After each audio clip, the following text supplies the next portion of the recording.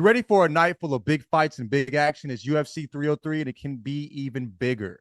Jump in on all the action at DraftKings Sportsbook, the official sports betting partner of UFC. It's super easy for first-timers to get started. Try betting on something simple like picking a fighter to win. Go to the DraftKings Sportsbook app, select your fighter, and place your first bet. It's that simple. The light heavyweight title is on the line in the main event, but there are so many more amazing matchups happening in Vegas. And speaking of amazing, if you're new to DraftKings, listen up. New customers bet $5 to get $150 in bonus bets instantly. Download the DraftKings Sportsbook app now and use code Jenkins. That's code Jenkins for new customers to get $150 in bonus bets when you bet just $5. Get that big fight feel only on DraftKings. DraftKings, the crown is yours. Welcome to Jenkins and Jones on the Volume Podcast Network. It is Tuesday, July 2nd. We have got a NBA free agency bonanza. Excited to break down all the top moves for you. And we are joined today by a special guest, the highest profile freelance podcast, unemployed freelance podcast producer in the world, the kingmaker himself, Jason Gallagher. Jason, thanks for hopping on. In this market. Thank you, guys. I love that intro. Yes, that is going on in LinkedIn for sure. For anyone who doesn't know, Jason was JJ Redick and LeBron James's podcast producer until very recently. So do you have, just before we get into it, do you have any other news to break? Are you appointing anyone else to head coach of any other teams I like, or you have any other big moves planned? I don't have any big moves, but I do have an offer. Any players that are interested in head coaching and want to get into podcasting, I don't got it. Give me You're the money washer. You're the money washer for the mob. Right. You take a player, clean the image up, make sure everyone knows how smart they are, put some beautiful graphics on it, and then boom, they're the head coach of one of the 10 biggest sports franchises on planet Earth. Slap them on the ass real quick and sit them out there. Break a leg, brother. Go get them. As always, Jenkins and Jones, hosted by Dragonfly Jonez, a.k.a. Tyler. Hey, everybody, have a gun. LaJethero Jenkins, a.k.a. John. What's that, Bubbas? I'm Guardy B, a.k.a. Mike. Mother fucking Mike. Custody, cuss, Mike. Custody, cuss, Mike. And we're not talking to Jackson today because he annoyed me right before we got on the show. So he's backstage right now and he's just gonna stay there. But hello to the chat. Thanks for joining us for this live episode of Jenkins and Jones. Before we get into the free agency shit, Jason, I feel like we have to talk a little bit about your ride and JJ's ride just because we have you on. It's like the craziest thing ever. And I feel it's really funny to me that we have Jackson, who's Draymond's producer. And then it's like, this was not 20 years ago, a like position of proximity to power of being a podcast producer. Obviously, this is like a very new world. So what's the last couple of months been like for you? And yeah, what are you doing for a job now, bro? Well, it's been pretty surreal, I think, especially given that, JJ hasn't actually like been on the sidelines yet. So the only B-roll they have is of the podcast.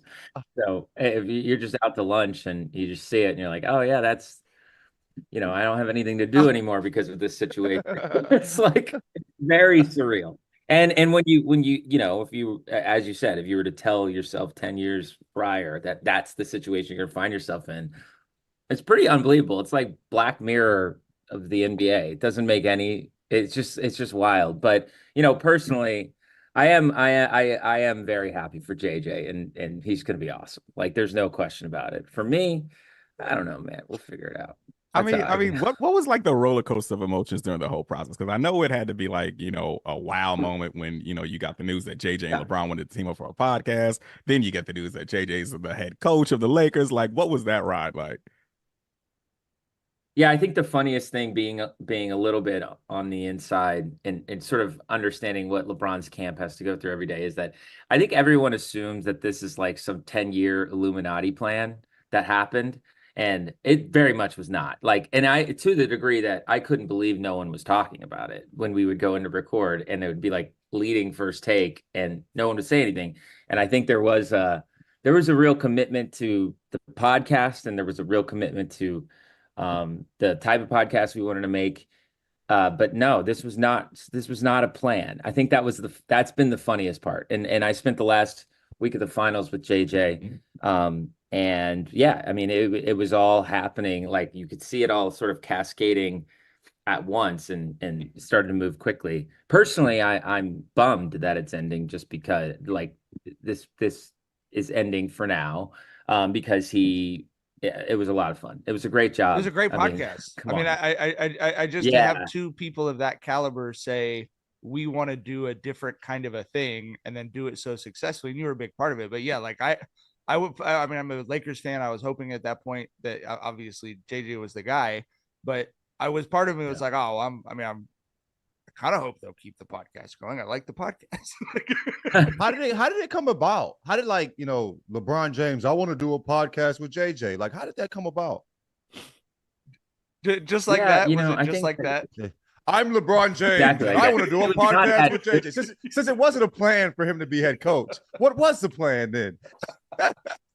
It wasn't that crazy. You know, LeBron really wanted to dabble in certain types of media, but I would say he wasn't really interested in traditional media. I don't think he was interested in the sort of like normal player podcast. And so someone in LeBron's camp had sort of mentioned JJ. So they had met for dinner and sort of, you know, that's Drunk when a the little conversation wine. started to roll. Yeah. Broke some bread. It was great. And then I think the idea sort of started from there. And then it just like, how do you make an X's and O's podcast interesting?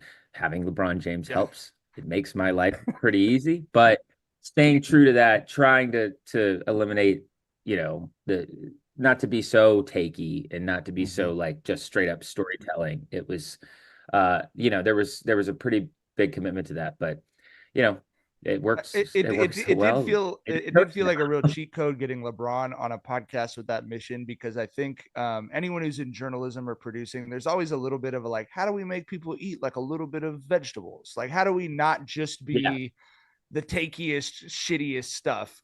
And it's like being able to tell people like these vegetables will give you superpowers. It's, you know what I mean? It's like what the vegetables actually now are the selling point, is that this is what LeBron wants to talk about, and you want to listen to what LeBron talks about. So here you go. Yeah, and LeBron's like a really good like orator, and that's something that I wasn't expecting, and it was like pleasantly surprised, because JJ, I know JJ, I've been working with him forever. He is as prepared as anyone I've ever met. If he is like gonna interview the Burger King mascot, he will have a thing of notes that are just like everything about that person, everything he does and everything. And so going into that first episode, you know what I mean? Go ahead. Yeah. He was first episode, he had like a stack of notes, and I was like, oh wow, like I'd be curious to see how LeBron, and like of course LeBron just sits down and just not he has no prep. He's like, just let's go. You supercomputer. It up, I'm going. And that was the coolest thing to see, and to see like the enthusiasm he loves to talk about this stuff with. So yeah, I think it's gonna be good. And JJ, I mean, for him to be able to command a room that LeBron is in, I think just that trait in itself is why I have like a lot of confidence. I have a goofy producer question. Were the explainers something that were decided after hearing the conversation, or was that like, we're going to need to put some training wheels on before we throw them out? You know what I mean? Like, yeah. So the thought there was, we only have a finite amount of time with LeBron.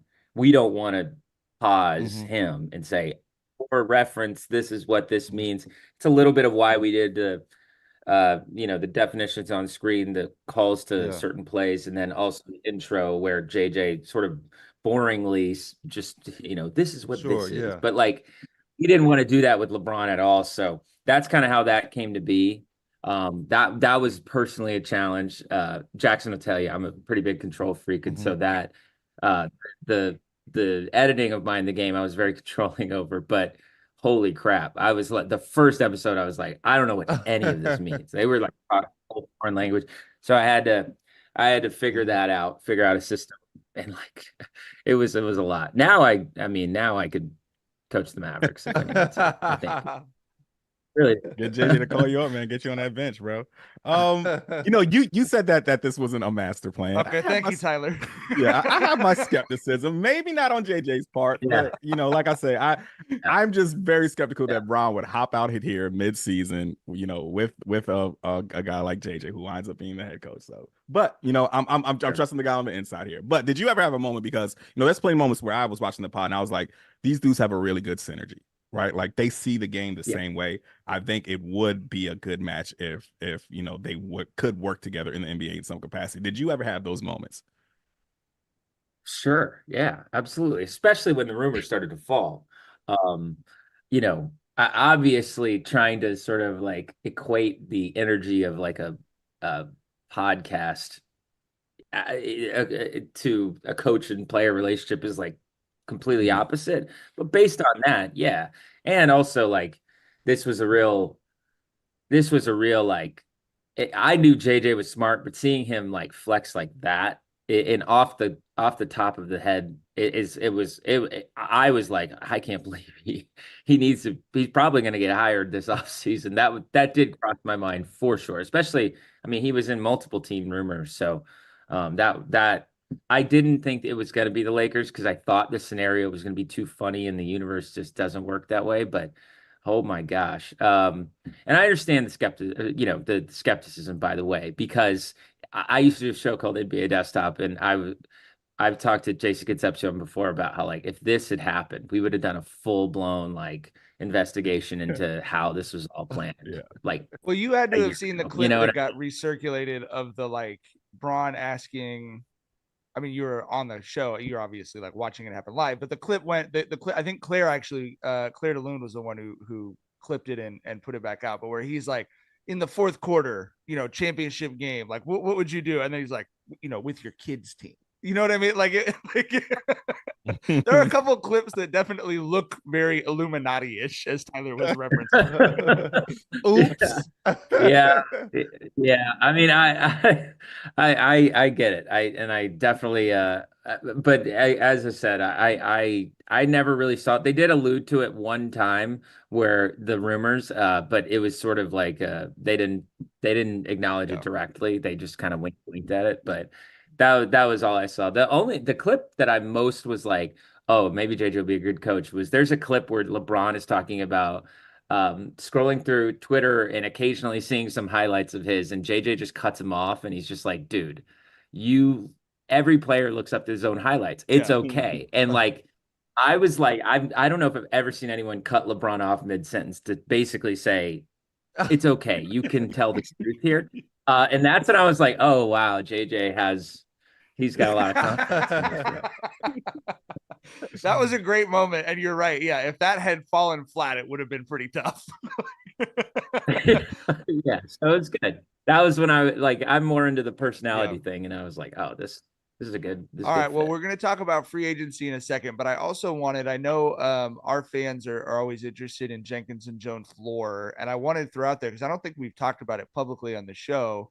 But you are indirectly or directly responsible for Jackson being the producer of this pod, as well as Draymond's pod. So I think you've got to feel a little bit like Thanos to some extent in the podcasting world. Yes.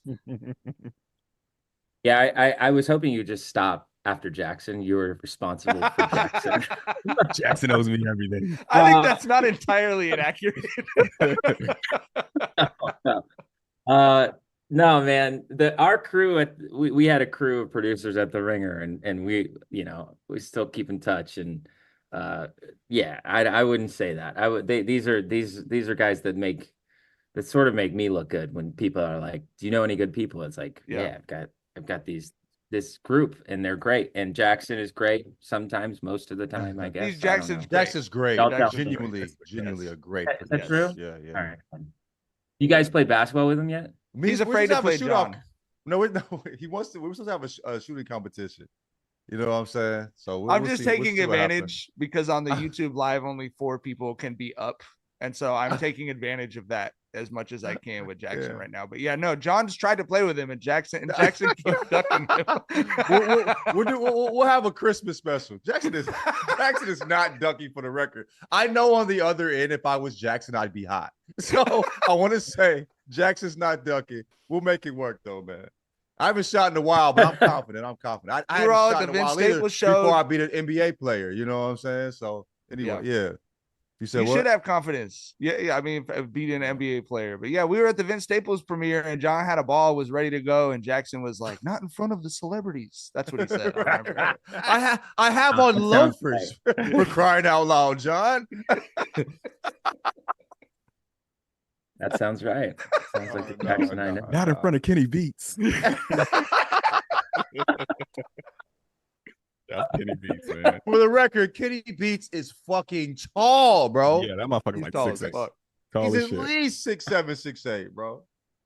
All right. Well, Jason, in addition to being a podcast producer, puppeteer, you are also a huge Mavs fan. Obviously, they've got the move of the offseason, maybe so far, picking up Klay Thompson. So what are your feelings on the signing as a Mavs fan? I mean, the Dallas signed a free agent that they were going after. I feel like we should hang a banner just for that. That never happens to us, but we're the most vocal chasers, and finally someone like actually picked us. It's a good feeling. I'm just going to politely point out that this is the first summer Mark Cuban's not involved. That's all I'm saying.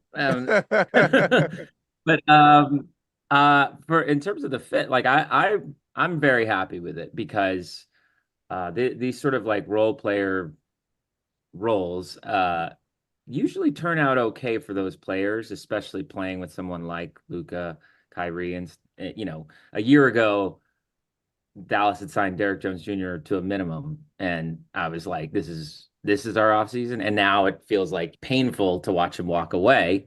And now we have Klay Thompson sort of stepping into a similar role. The positive is that he should get a lot of open threes. And I think he's a better, if you were to ask any NBA fan, is Klay Thompson better than Derrick Jones Jr.? I think you'd say yes. And especially given the situation that Luka puts those guys in, I think we're going to see a very good version of Klay. The pessimist in me is like, Dallas lost Josh Green, and Luka loves to scream at Josh Green, man. He loves to scream at that guy. And you can't really scream at Klay Thompson. So there's a part of me that's like, hopefully that makes Luka just scream less in general. But hopefully that goes well, because I could just see Klay be like, fuck this.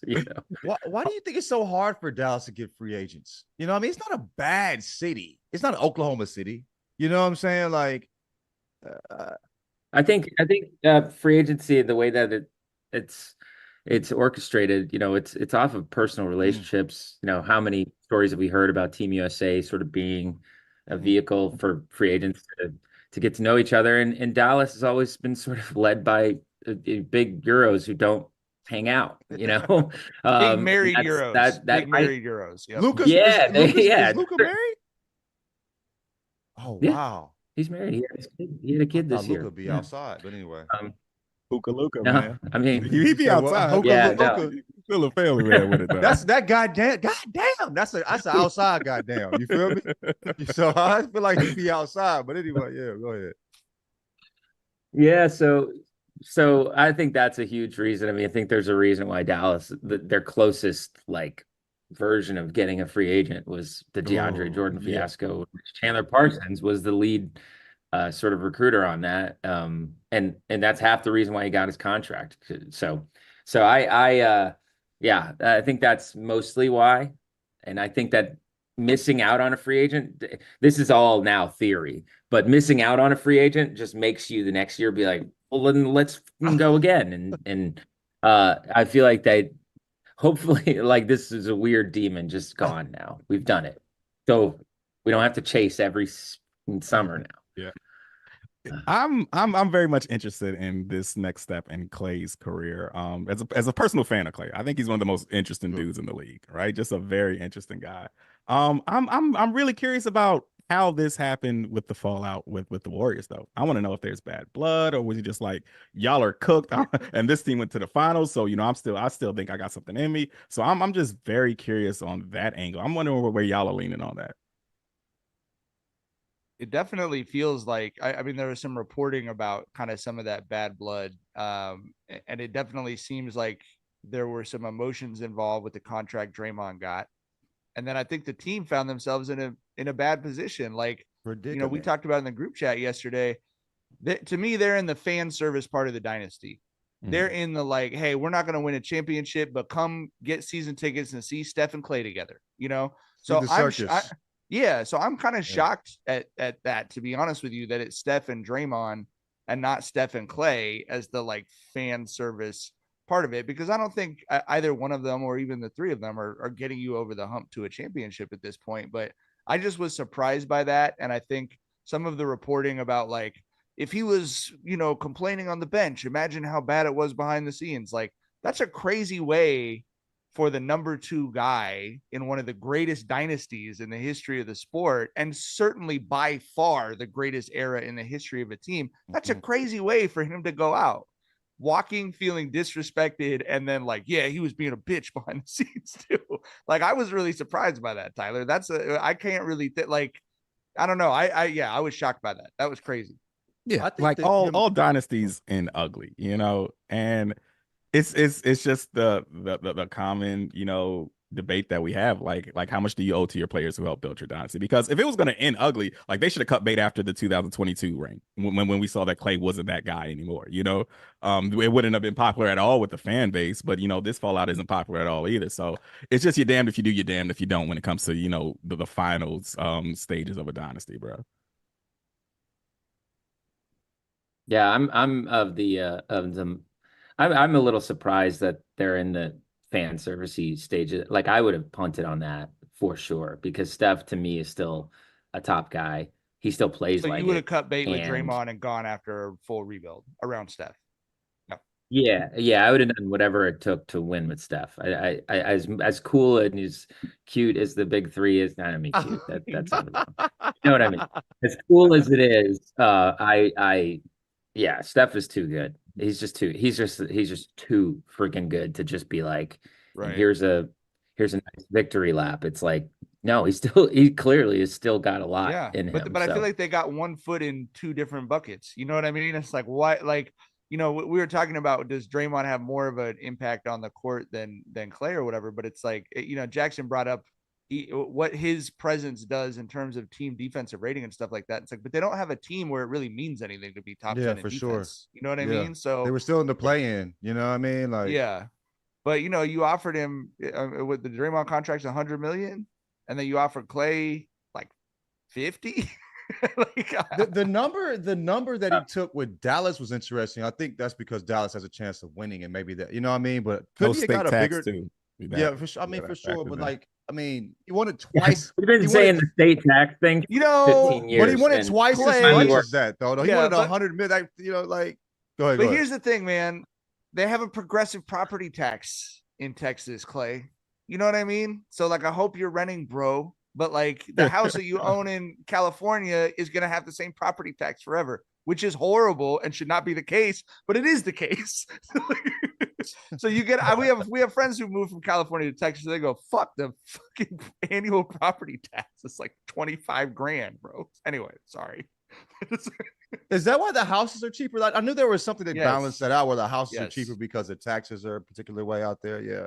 And they actually have I think we somehow talked about this on the pod before. It's actually like a more progressive tax policy, because as the house becomes more valuable, you pay more taxes. Here, that's not the people we bought our house from. The house is worth quite a bit of money, and they were paying like $40 a year in fucking property taxes because they bought it in the 50s. Anyway, this is why schools need funding. Property tax structure. And Klay is not contributing. Yeah. Not So pulling his here's weight. so as a Come on. Lakers fan, I was not bummed out to miss out on Klay, if I'm being honest with you. And I'm like Tyler, I'm a big fan of his, but my haters case would be 2 of the last 3 years under 40% shooting from 3, the history of guys with his injuries moving into their mid to late 30s. And I mean, it's a little bit of the same thing with the Mavs that it would have been with the Lakers. And it's like, I feel like defensively he's being signed like that. There's a reputation there, obviously, that is a pre-injury reputation. So you sound as much happy to have signed a free agent as you are about his contributions, which I actually understand based on what you were saying. But what is your feeling on what he's going to be able to do on the court for the next couple of years? Yeah, I if you watch those Warriors games, I don't feel like their offense was amazing. I thought it was somewhat limiting, and I feel like he's going to get offensively, he's going to get way better looks. I just feel like that's the case. Defensively, it's going to be a little rougher. But I am one of those people, the guy standing in the room, meme, just shouting. Dallas didn't lose the finals because of their defense. I am one of those people that is like, that's overblown, in my opinion. Dallas lost the finals because not a single person could hit open threes in Boston. That was they couldn't score. And then the games where they won, their offense kind of looked.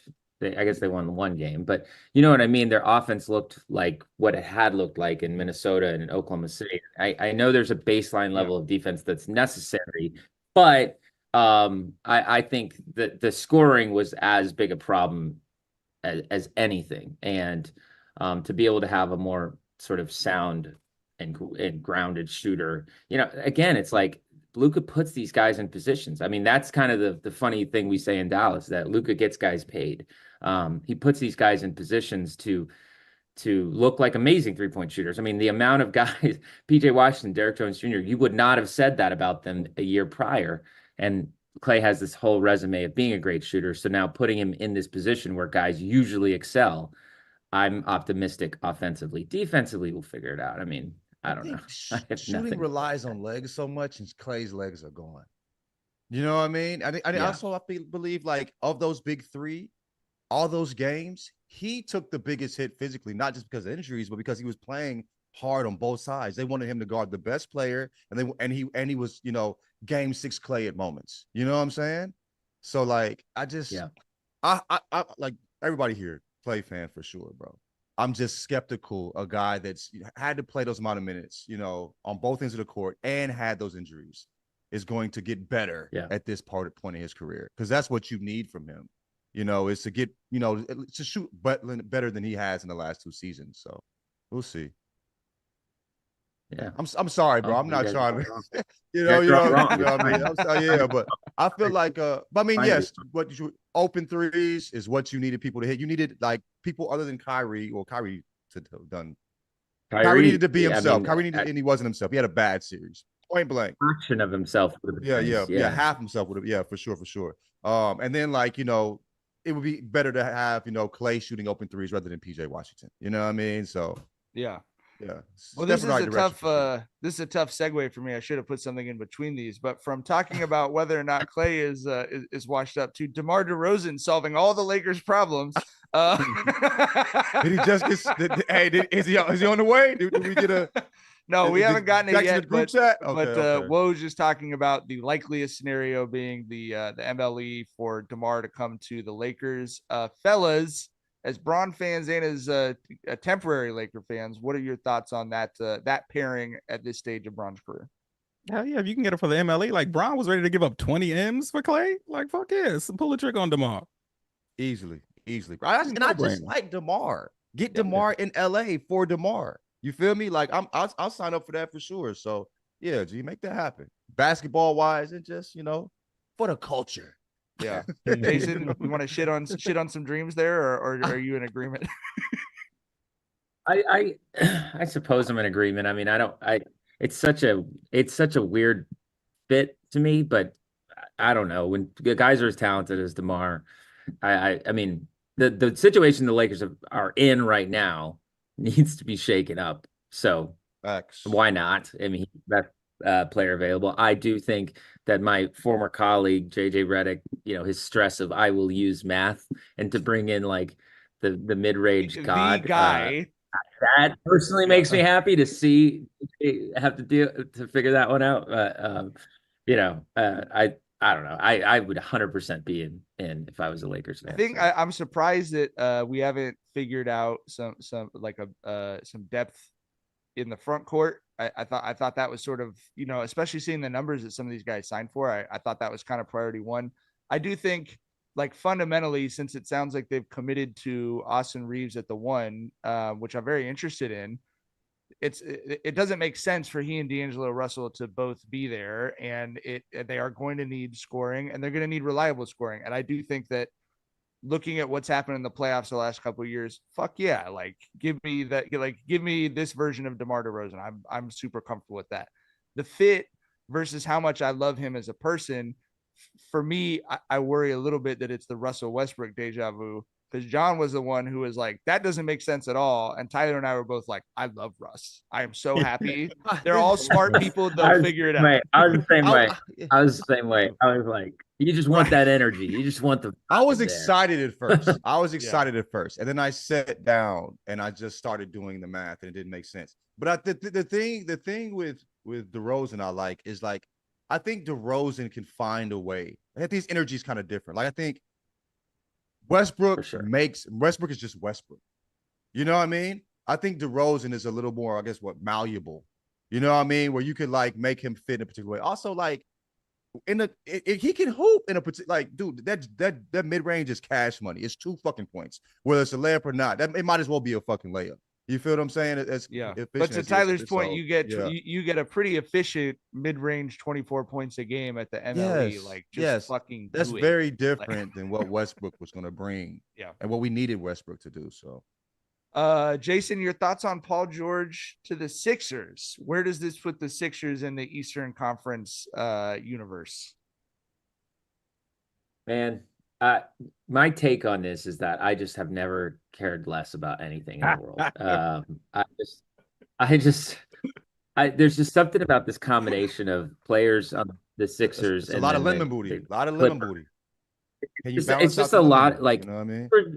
The Clippers and Sixers I find to be so similar in that, like, I should get excited and be like, oh wow. But for some reason I'm not.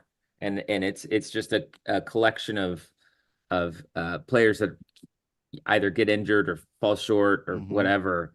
And I'm just kind of like, yeah, I mean, I hope Paul George seems like a nice guy, and I hope it works out. Hope everyone has fun. But you didn't appoint his producer, and so fuck him. I get you. Like, that's. I did appoint somebody who did work. I did.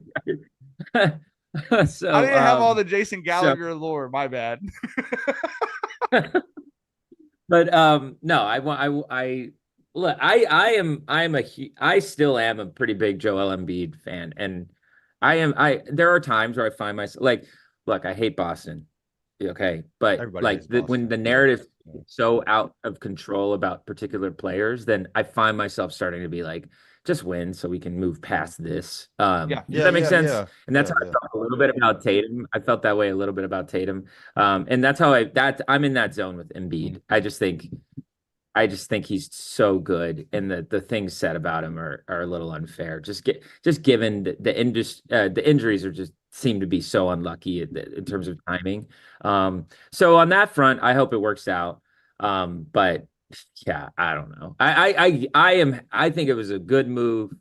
The East is so weird. You could see how just like losing a guy, just your whole season is done. That was how the path that Boston took. So just to get somebody who if you did have to lose a guy, at least he makes it interesting. Yeah, I think it's a good move for the Sixers. I think that on paper it's an incredible big three. Like, I think they're going to gel seamlessly. Like, none of those guys get in each other's way. But, I still feel like that's not enough. Like, and I think that, the landscape of the NBA now, where there's so much parity and there's so many teams that are on the brink, that just having a big three isn't going to do it anymore. You got to be deep. Like you look at the Knicks, they got Jalen, they got Brunson, they got Dante, they got, Julius, they got Mitch, they got OG. You look at the Celtics, they got Derek, they got Derek, they got Drew, they got Jason, they got Jalen, they got Horford, they got KP. Like that big three ain't gonna do. Like who's the fourth best player? Oubre, and he's pretty damn good, but they need some more. And then the offseason is still pretty young. Maybe they'll fill that roster out. But Eric Gordon,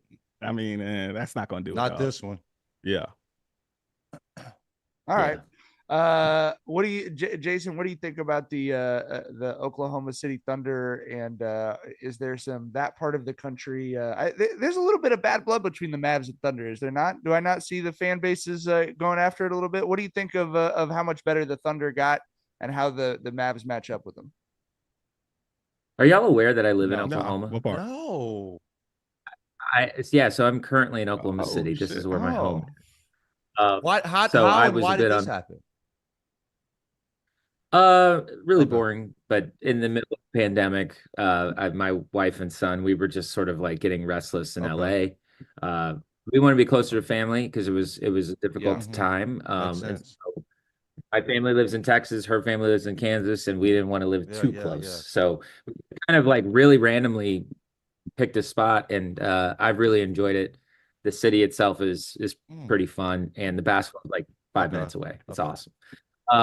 So that said, there's a lot of bad blood, and my neighbors, like my mentions, like everybody's on my ass in the playoffs, and it was unbelievable. Like the amount of shit talk was crazy. They hate Luka, and he hates them. That's so great. It's wonderful.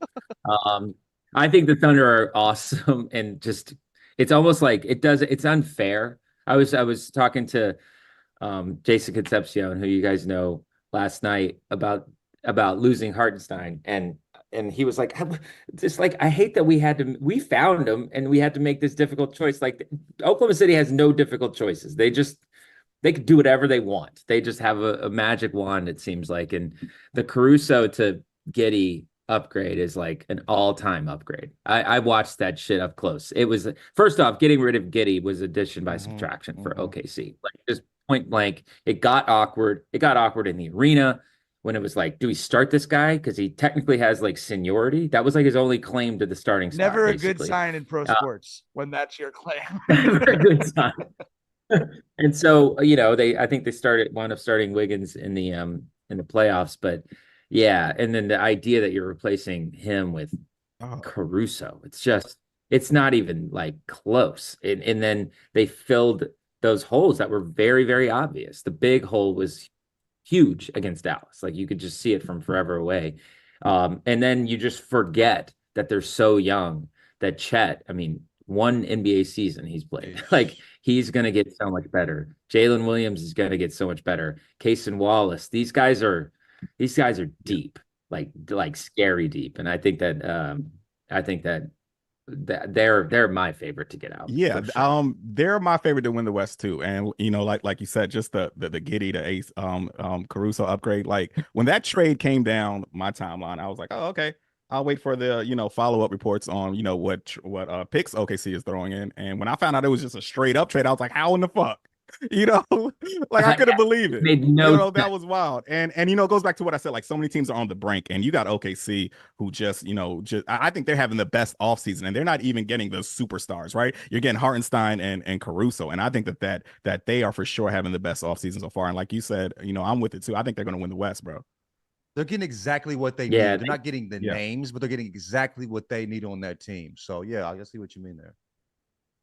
And they can do more. There's still room, like throughout the season, to do more. They have so many assets, and like you said, when nothing was attached to the Giddey trade, I was also stunned. I was like, surely there's something, and maybe that's what DeMar meant when he was like, it's a last straw. Maybe it wasn't even about Giddey. Maybe it was about the fact that they made this dumbass trade and got nothing in return.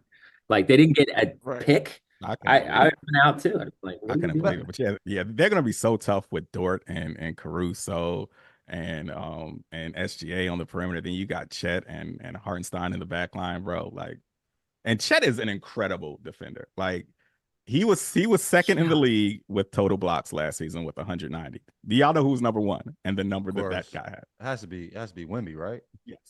Yeah, 250, right? Then 254 for Wemby. Unfucking believable, but not defensive player of the year though. Crazy. Anyway, you don't have to get into it. I think it's crazy that for as few people are on planet Earth who are capable of being high-level NBA players at any given moment in time, there are fewer people capable of being high-level GMs. Like, I don't understand how at any given point there's like 2 to 4 guys that are like consistently, you're like, how the fuck did they do that? And it's the combination of knowledge of the, contracts, players, the CBA, and which one of these other GMs is a rotten fuck over that I can just push over right now. And it's this really cunning mix of skills.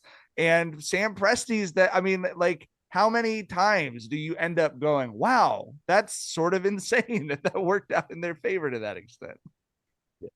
Yeah, it's unbelievable. I think also too, just like this is a weird opinion, but like I live here. This is still very much a college football town, and I think there's something to the fact that there's not this like insane amount of pressure on Presti. And I think that is like really important, because how many times have you heard about like ownership wants to win now or whatever? And he was given the ability to rebuild on his terms. And then by doing so, he accumulated all this shit. And now he's just like a king in every room. He has the leverage in every single room he's in.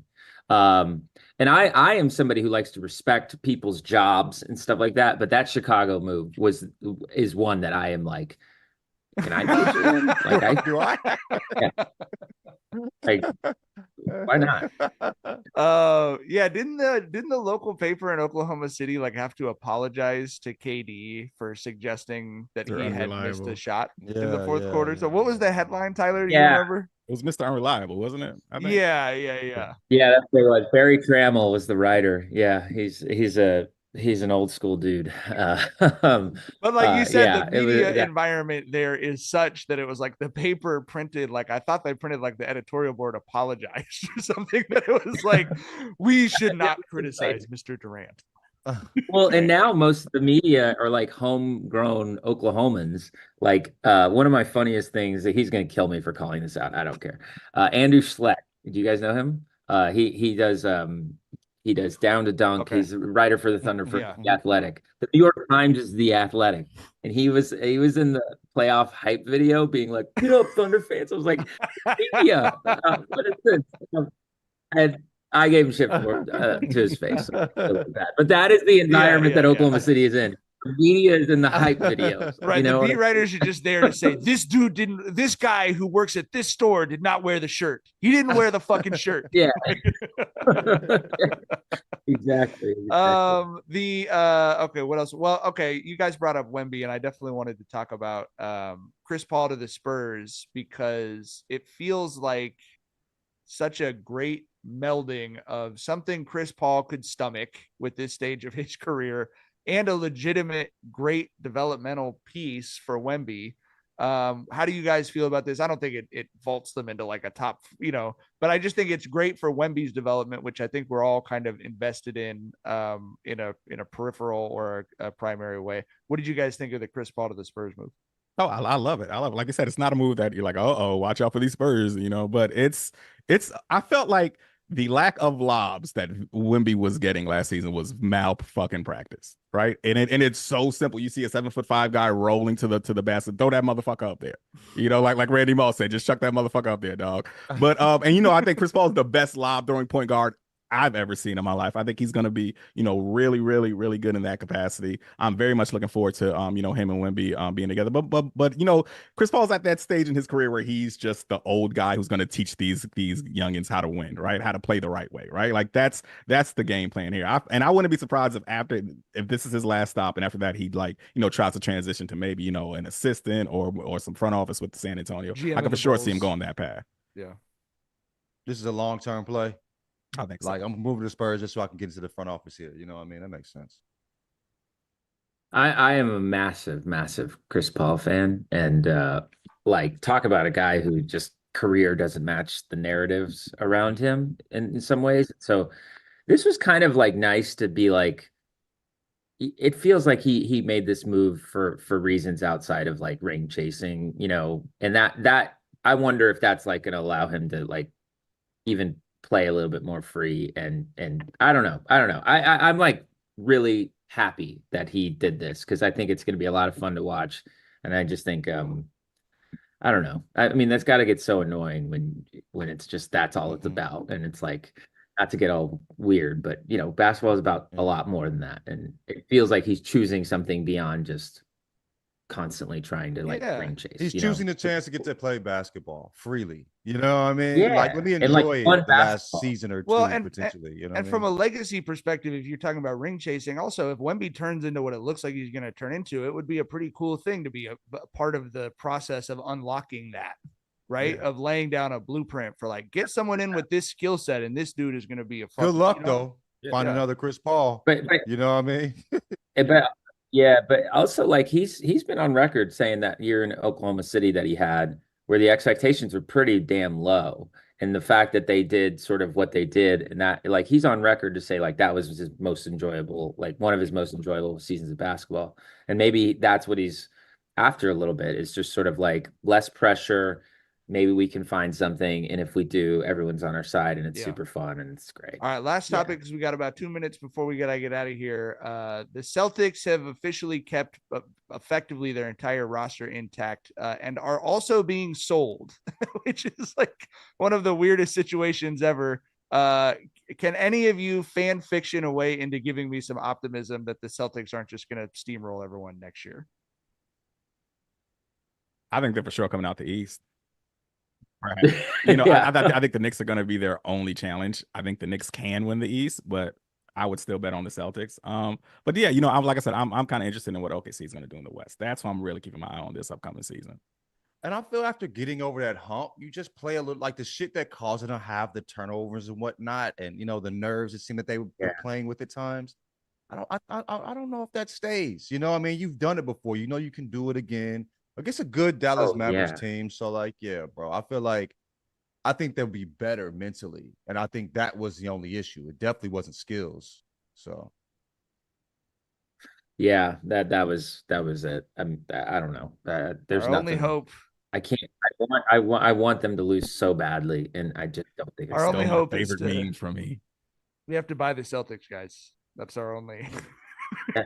All we're gonna need is about they just signed Tatum to the most lucrative contract ever. I don't know. I love that. What are we gonna? Oh. Hey, I don't like much about the Celtics, but I really respect running up a bill and then being like, "You guys." Yeah, they bought it for like $380 million. It's for sure going to sell for like $6 or $7 billion. I might be lowballing it, dog. Like I think the 1B flagship franchise of the NBA. I think it'll end up being like 10. That's my feeling. It will be one of those like signposts. They even Woj or whoever announced it even did the like one of the most lucrative sports brands on the planet. You know what I mean? And it's with the current media environment, with the way the team is set up to potentially win multiple championships going forward. You literally have the entire fucking team back. Like, yeah, I just think and they got the new stadium, like they have everything that drives the value up. They have all of that, including the brand name. So, and it's the Celtics. It's not like the Cubs where they said the Cubs got less valuable when they won. It's the Celtics. Like they're set up in one of those. I don't know. Fuck. $2.5 billion each. Tyler, I feel like you can get there. All you need is like $10,000 from each follower. We're gonna start the $10 billion GoFundMe goal right after this episode. That's right. All right. That's all the time we got on Jenkins and Jones. Thanks to everyone for hanging out with us in the chat. Jason, thanks for making the time. We really appreciate it. And we'll see y'all on. We're off the rest of the week for 4th of July or for we don't celebrate the 4th. We're off for nameless holiday. We're all celebrating hot dog day. Hot dog day. National hot dog day. Got to be a little crispy. We're off for burnt hot dog day. We'll see y'all Sunday night for our next House of Dragons recap. Bye. Bye. I'm eating a Polish.